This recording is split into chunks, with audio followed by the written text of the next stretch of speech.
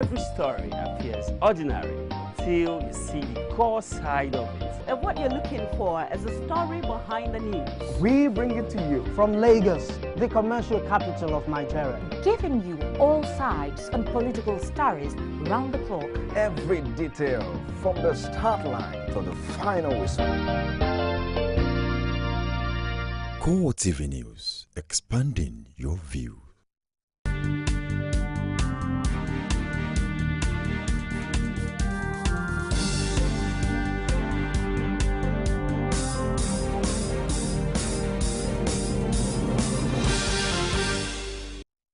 Thanks for joining us on CoreTV Primetime News. I'm Nifemi Oguntoye. In our major story, President Goodluck Jonathan vows to flush out Boko Haram in 3 weeks.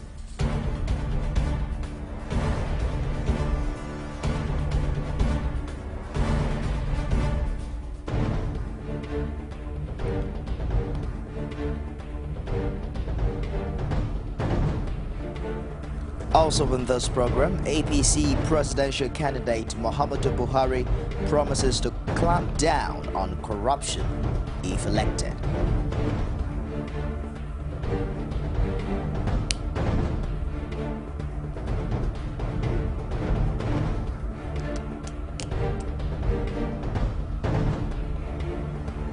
INEC chairman Atahiru Jega accuses political parties of heating up the polity.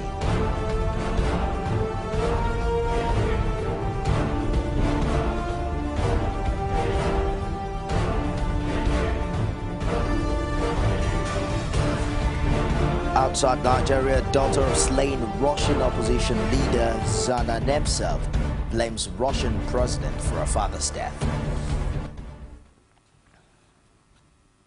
And now the details. As the multinational offensive continues, President Goodluck Jonathan predicted that the northeastern states of Yobe and Adamawa would be cleared of Boko Haram territory before the middle of next week. He said the Hope's neighboring Borno state, where the group started, will be cleared in the next 3 weeks.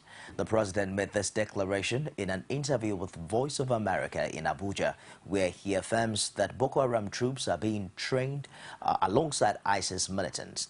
He, however, declined to mention the name of the countries where the trainings are taking place. Also in the interview, President Goodluck Jonathan credited both the intervention of Nigeria's neighbors as well as the acquisition of new weapons for turning the tide against the militants. Some of the Boko Haram members go to have their training in the ISIS camps and come back. There is a lot of politics about issue of weapons. Some of these weapons, especially sophisticated weapons, the technology belongs to one country.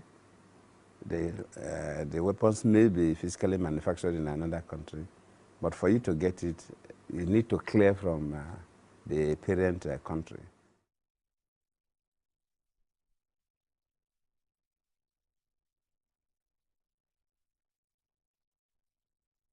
Meanwhile, the Nigerian military authorities say troops have pushed out Boko Haram from its final position in Adamawa state.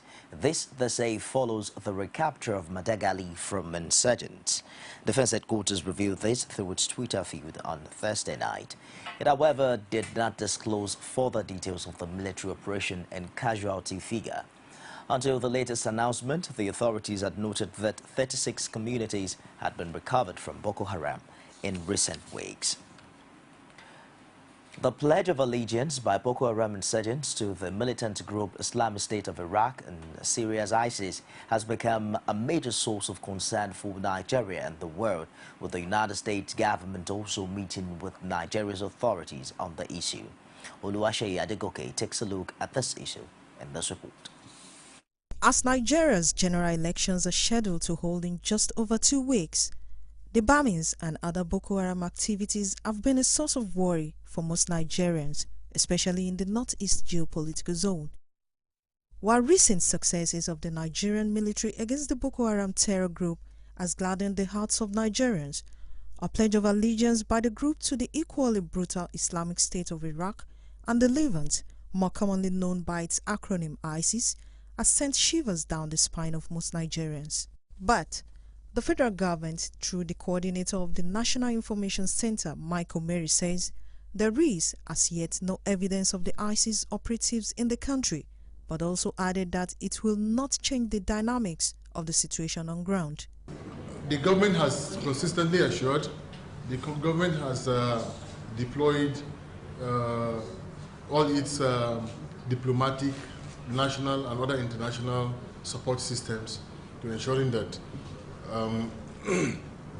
we are insulated from any such threat. And it has heightened its security systems, security alert systems locally to support this. And that is why citizens are also being invited to be vigilant.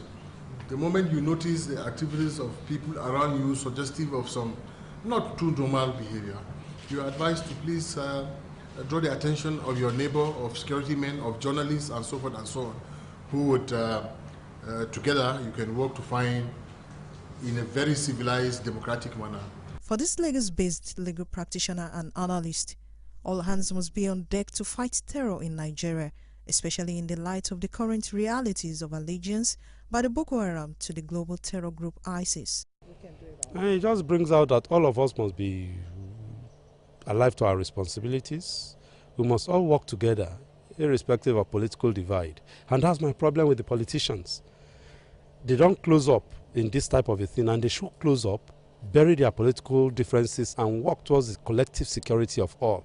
Because there is a country, that's why they are running for elections. Because there is a country, that's why they are going to become presidents and governors and senators and members of the House of Representatives and so on. But it is when they come together that they will do that. But despite the apprehension of people like Ogwade and most Nigerians, Chief of Defense Staff Alex Bade assures all Nigerians that the insurgents will be defeated, while also calling for more cooperation to ensure quick and conclusive victory for the military. The president has adequately equipped the armed forces, and that's why you are seeing the results that we're getting right now. You don't fight an enemy that has the same kind of equipment with you. You need something a little higher than what he has, and the president has provided those ones, and that's why we are moving, and we are moving very, very fast. We are receiving and we are working. I think what you want is results, and you are seeing results. We will not tell you what we have received, we will not tell you what we have not received, but with what we have received, you are seeing the results. So even if we have some, we'll keep behind. Leave us with those ones. Is that Nigerians must realize that when a nation is at war, it is not the military alone that is at war, but the entire population. And we have been calling for support in this spirit. What we see today is a demonstration of the expectation of Nigerians and the Nigerian military. And it is in that spirit we would like to appreciate the gesture. While many Nigerians still look on at what has become a daily changing situation in the war against terror, Western nations are also promising to do more to ensure that Nigeria prevails. Oluwaseyi Adegoke, CoreTV News, Lagos. The House of Representatives on Thursday urged the federal government to give a posthumous award to the late Wing Commander Chimda Hedima.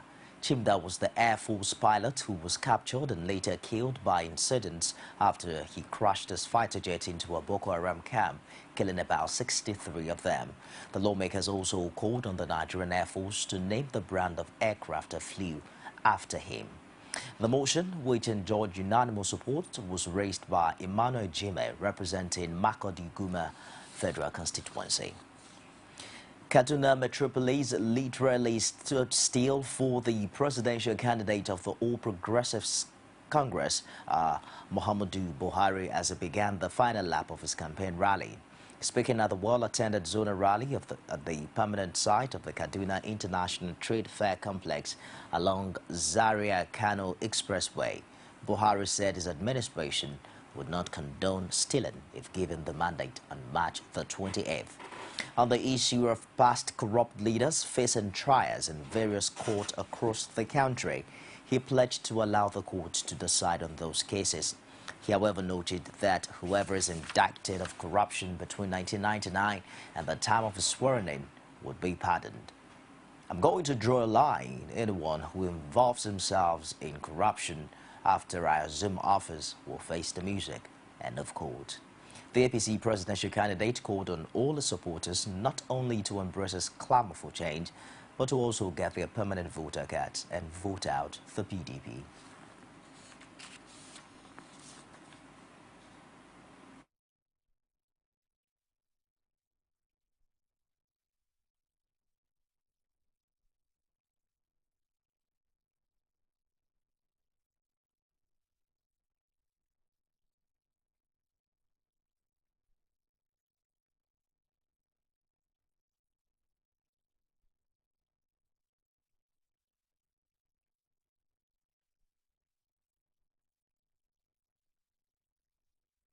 The People's Democratic Party Presidential Campaign Organization has challenged the All Progressives Congress to tell Nigerians whether or not its presidential candidate is considering scrapping anti-gay laws and allowing same-sex marriage in order to secure the support of some foreign countries.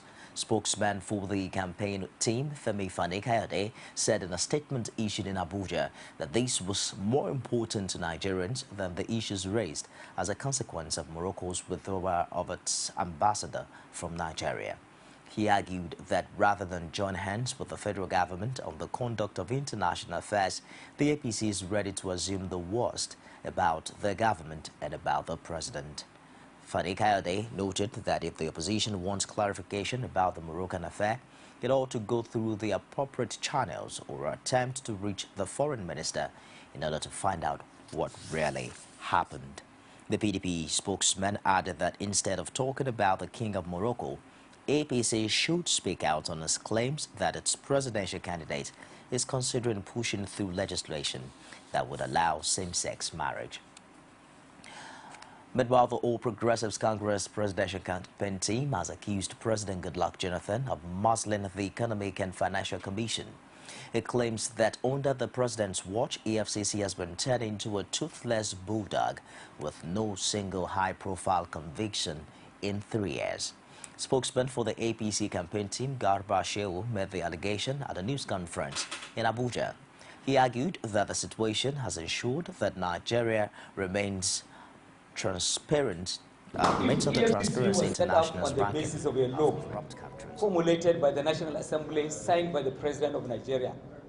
If only it will be allowed to operate without interference in accordance with the law, that will satisfy everyone. Now, the President's option is to do nothing about corruption. What is the alternative? He has no alternative to corruption being fought using the courts of law. Of course, he hasn't allowed it to function. The FCC is not working. You're on to CoreTV Primetime News. We'll take a break now, and I'll be back with more stars. Didn't go away.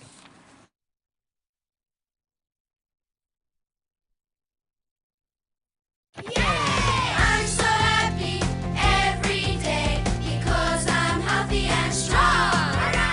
Playing, jumping, here I go. Scott's Emotion helps me grow. A daily dose of Scott's Emotion, which combines omega-3, calcium, vitamins A and D, supports the healthy development of your child's brain and body. Scott's Emotion promotes active minds and strong immunity in growing children. New Scott's Orange Flavor Multivitamin Emotion.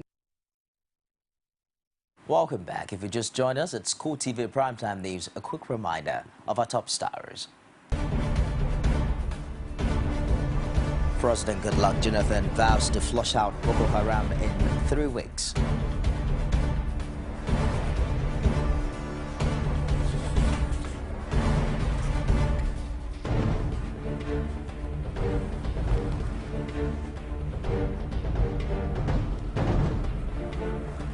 APC presidential candidate Muhammadu Buhari promises to clamp down on corruption if elected.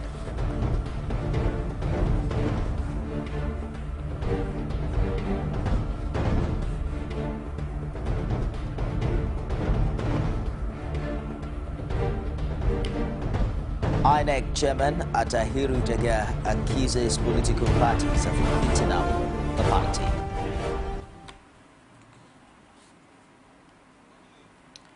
You can also get all of our top stories on any of our social media platforms. On Facebook, it's facebook.com/CoreTV News. Our Twitter handle is at CoreTV News NG, and we're streaming live on YouTube. It's youtube.com/CoreTV with a space and news. Moving on now, President Goodluck Jonathan has visited the Awujale of Ijebu-land, Sikiru Adetono, in his palace in Ijebu-Ode. According to the president, was to seek the monarch's blessings for the March 28th presidential elections and as party's bid to take over the southwest. Olajumoke Olatunji has more in this report presented from our studios. In continuation of his re-election campaign and the bid to take over the Southwest in the forthcoming general elections, the president, who has recently paid visit to the influential monarch in Yoruba land, arrived at the palace of the Awujale in company of the PDP leaders in the Southwest. In his welcome address, Awujale of Ijebuland, Sikiru Adetono, charges members of the party and the Nigerian politicians to stop heating up the polity ahead of the general elections, and added that the unity of the country is more important than the coming polls.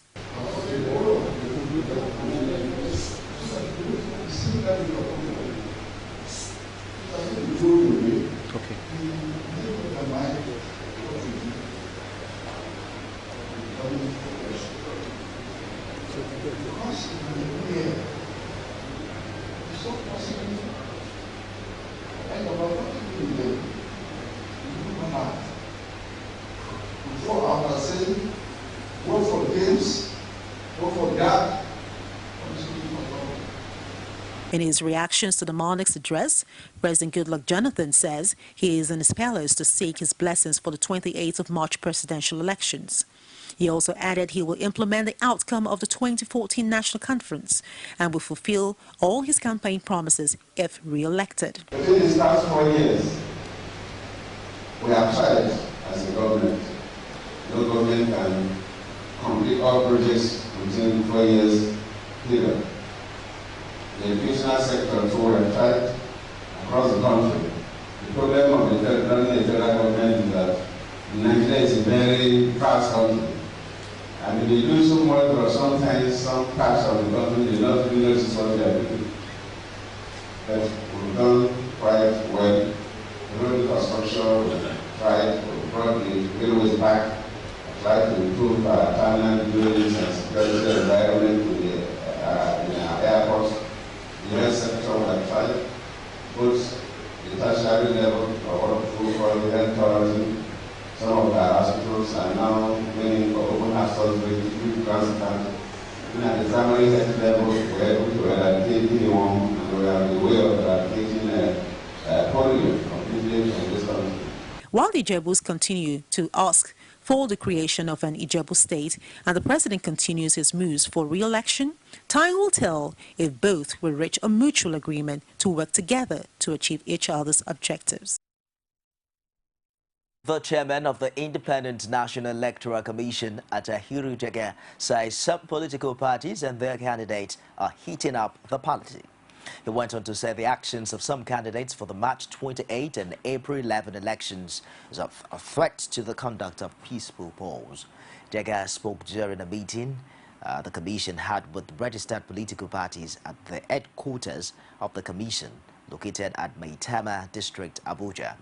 He also says the postponement of the general elections has afforded the commission the opportunity to further perfect the electoral process. The meeting between Jega and the political parties was meant to brief the political parties on the level of preparation of INEC with regards to last Saturday's field test of card readers in 12 states. While he pleaded with Nigerians to contribute to the success of the election, the INEC boss called on the political parties and their candidates to engage the electoral process positively, saying it was unfortunate that because of the actions of some political parties with some candidates, a lot of tension has already been raised. He added that the attitude of candidates may affect whether there will be peaceful elections or not. Senate President David Mark has assured the international community that Nigeria is prepared for transparent and peaceful elections.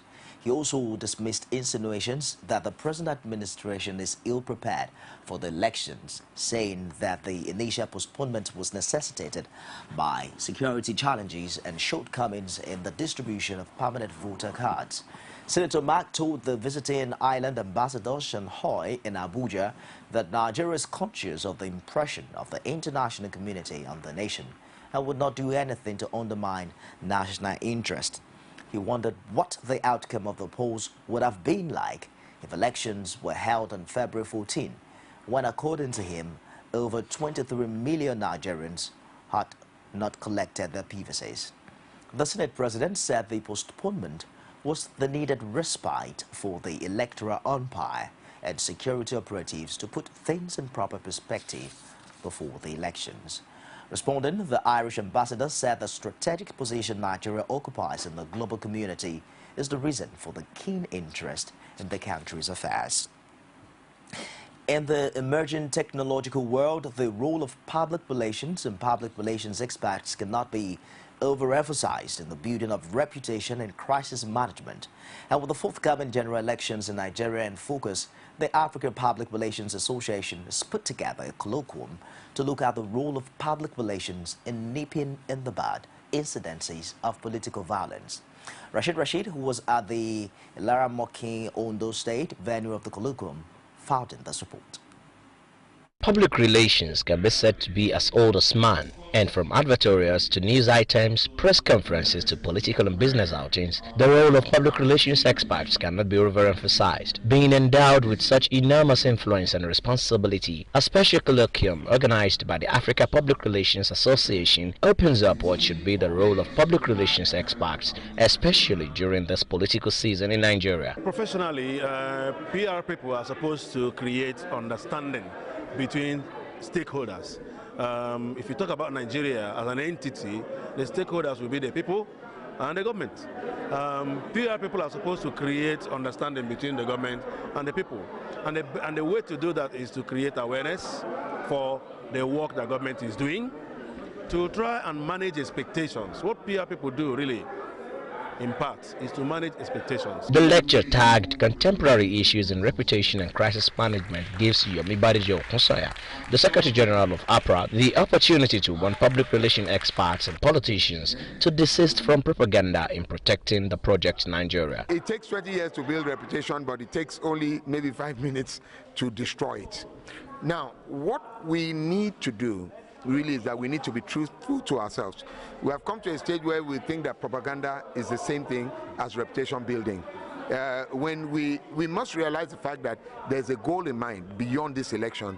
We shouldn't, because of this election, destroy the fabric and essence of the country, and then we are then trying to patch it together. To Wale Adamolekun, former Secretary General of the association, he tasks the government to use public relations to interface with the citizens before the election period when they resort to foul means of gaining political attention. The government must relate with the people.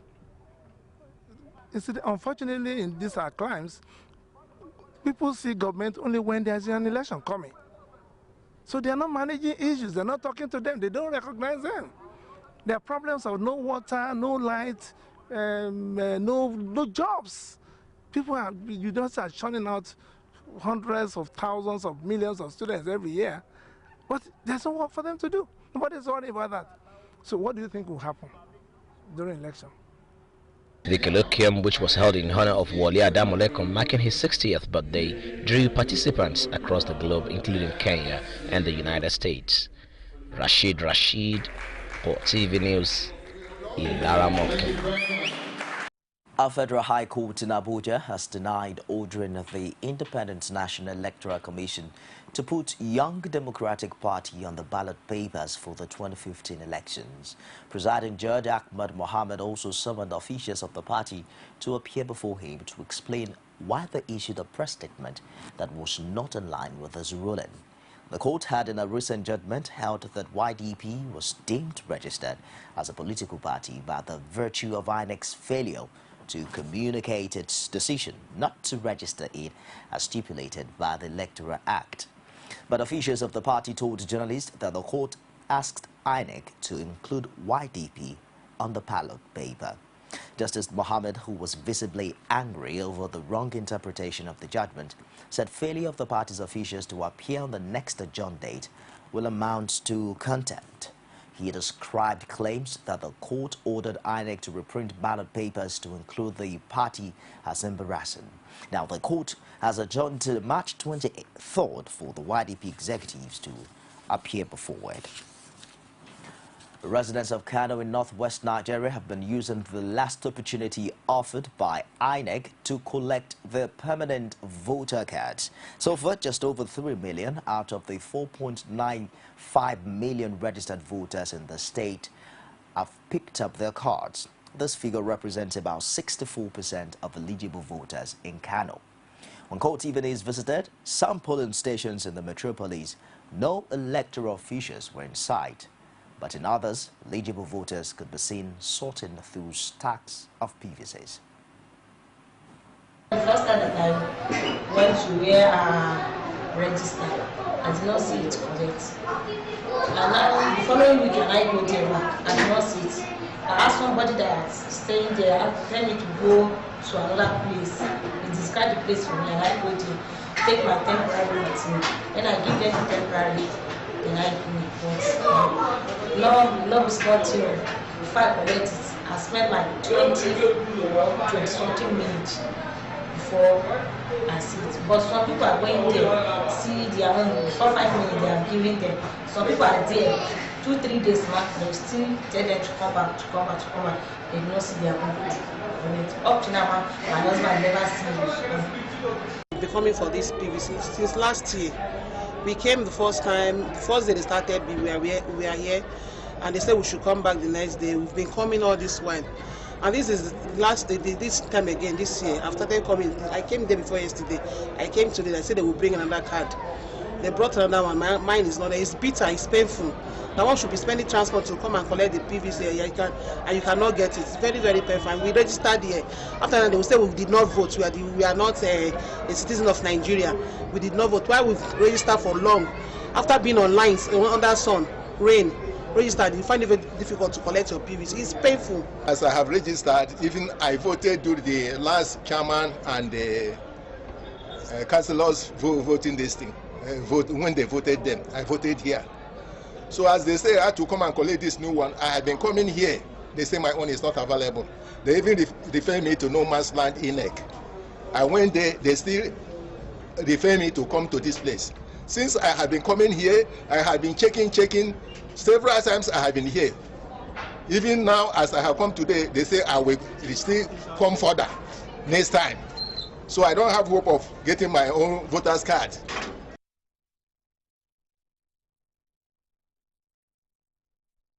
The Nigerian Labour Congress is set to elect a new set of leaders over 3 weeks after the last effort ended in chaos.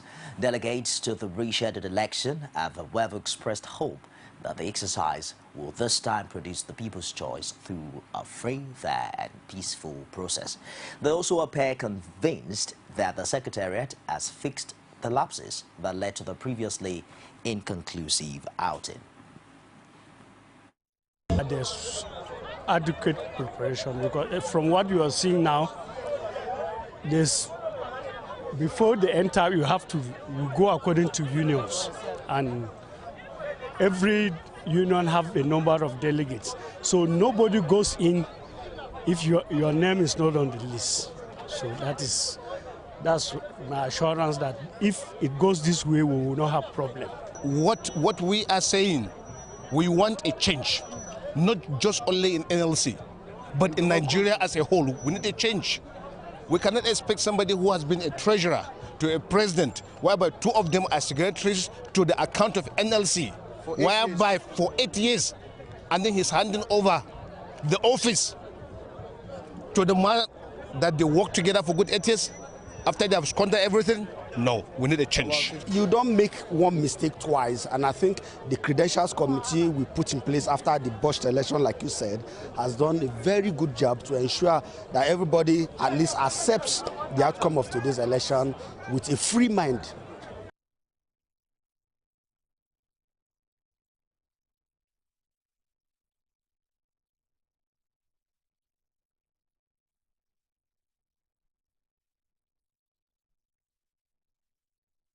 And now to Ogun State, where the governorship candidate of the People's Democratic Party, Gboyega Isiaka, has accused the incumbent governor and governorship candidate of the APC, Ibikunle Amosun, of violent clashes in his supporters and has petitioned INEC on the low turnout of PVC distribution in the state.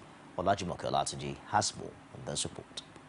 In a press briefing organized at the PDP Secretariat in Okemoso, the governorship candidate of the People's Democratic Party, Gboyega Isiaka, condemned the low turnout during the PVC distribution in the state and implores INEC to be circumspect for the survival of democracy. The Independent National Electoral Commission released statistics of distribution of PVCs to various states about 2 weeks ago.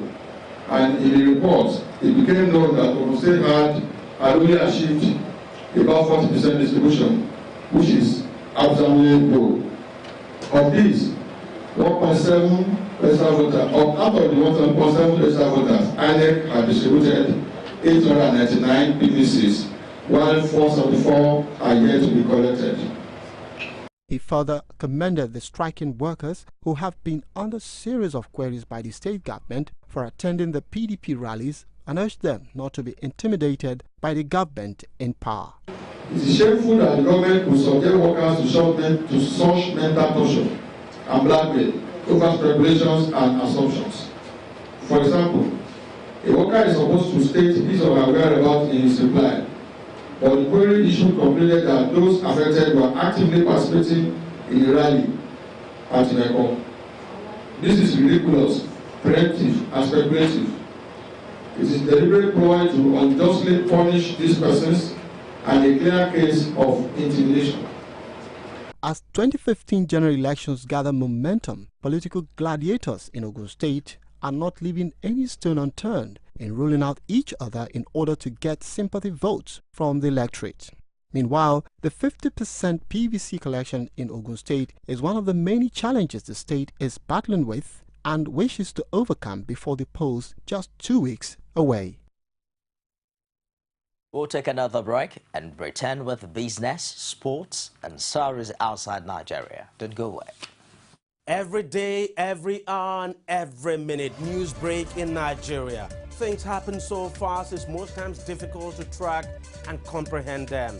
But that's what we do right here on Digit 360. 2015, would you want to come back again? It's like asking Jesus Christ if he knew he was going to die, will you want to come back as the savior of the world again? We do not just help you track the stories, we break them down, explore all the angles, analyze the issues so that you can fully comprehend the stories and use them to make the right decisions.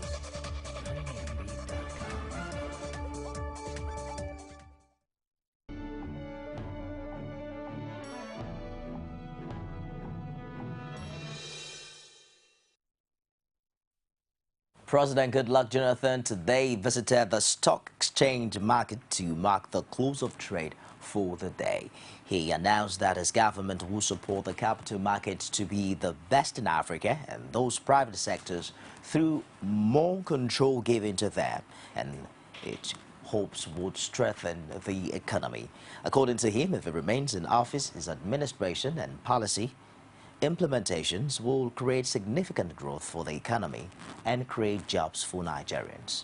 We do not want to create policies that will injure the private sector, he said.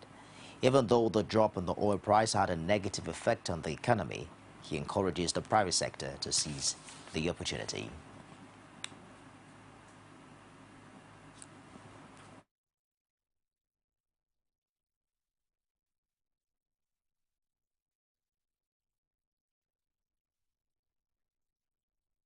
The House of Representatives has finally received the report of the Petroleum Industry Bill more than 2 years after the bill was referred to an ad hoc committee.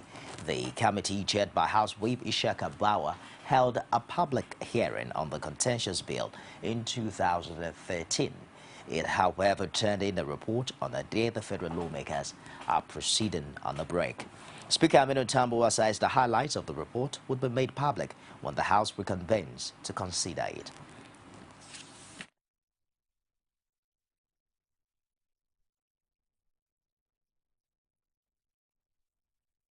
Committee on the bill for an act to provide for the establishment of a legal, fiscal and regulatory framework for the petroleum industry in Nigeria and for other related matters. I move, Mr. Speaker.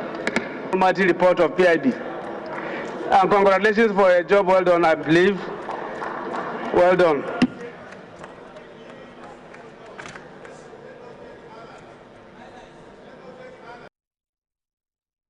Meanwhile, the House is to investigate the current state of the nation's economy, in particular reference to earnings from crude oil exports and other revenue sources in 2014.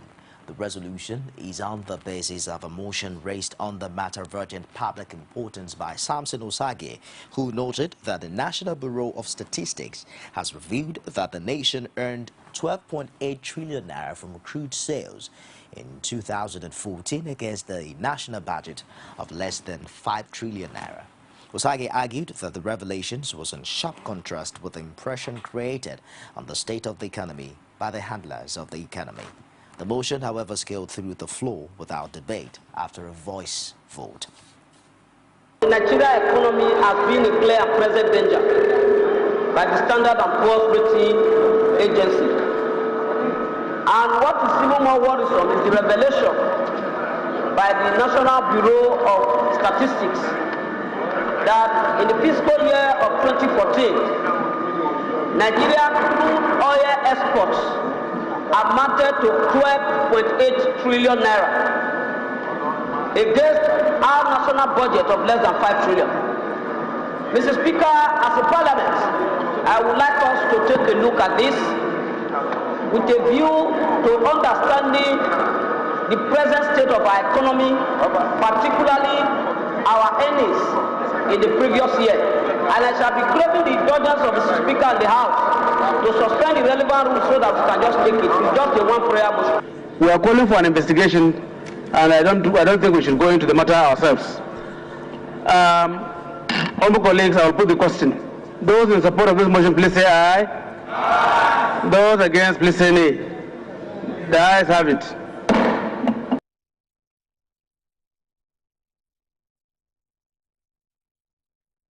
John Sabena Izoko with the report of the stock market. CoreTV News Stock Market Report. Hello there and welcome to the Stock Market Report segment with me, Sabena Izuku.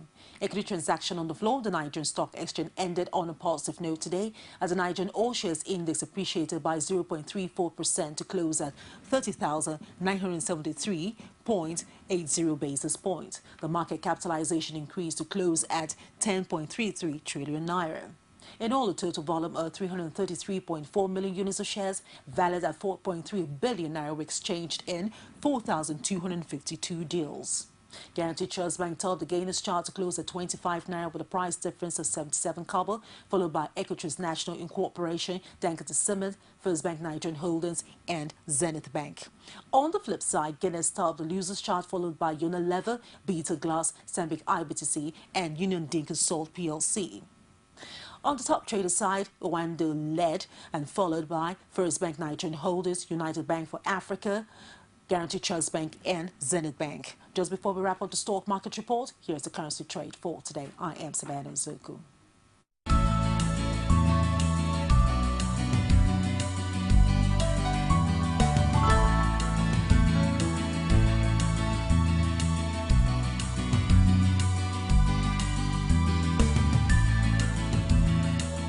CoreTV News Stock Market Report.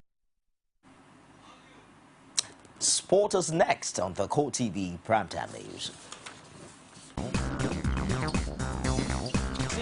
Our style, that's what he delivered. Here's that ball storming, now he takes Puyol with a flying lead. Go, taking them out in the lead.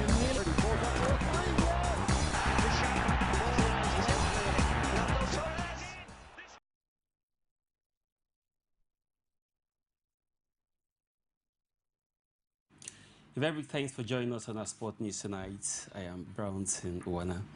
The Super Eagles of Nigeria has moved a place up in the latest FIFA rankings to 41 positions in the ranking released earlier today. Nigeria were ranked 42nd in the last FIFA rankings despite their absence at the African Cup of Nations stage in Equatorial Guinea. The Eagles remained in 7th ranked African side behind Algeria, Cote d'Ivoire, Ghana, Tunisia, Cape Verde, Highland, and Senegal. Germany occupied the first position of the FIFA rankings with Argentina and Colombia 3rd and 4th respectively. The next world rankings will be published on April 9th, 2015. For failing to pay coach Jose Claudio Gloneri, the Zambian national team have been expelled from the 2018 World Cup qualifying series. Football World Governing Body FIFA said in a statement it had taken the actions as a result of the non-payment of an outstanding debt despite a grace period. The communication manager of Zambia football body ZIFA said the body would appeal against the ruling. It is understood that Giorgini is owed £67,000 in salary and allowance from his spell as coach between January and November 2008. World boxing champion Floyd Mayweather has bragged that the world will stand still when he faces Filipino Manny Pacquiao in a sensational bout on May 2nd, 2015. Mayweather, who has won all 47 of his fights, told Pacquiao at a press conference in Los Angeles on Wednesday that he was not ready to test the feat. The Filipino fighter has a record of 57 wins, 2 draws and 5 losses to his professional career. The fight, which has been the subject of on-off contract negotiation over 6 years, is expected to generate as much as $162 million. It's all about the best, fighting the best. And Pacquiao is one of the best fighters of this era. And everything's about timing. And you know, I think we couldn't choose a better time. You know, our game plan is just to be smart and take one fight at a time, like all 47 fights. This is a fight that the world can't miss. This is an unbelievable matchup.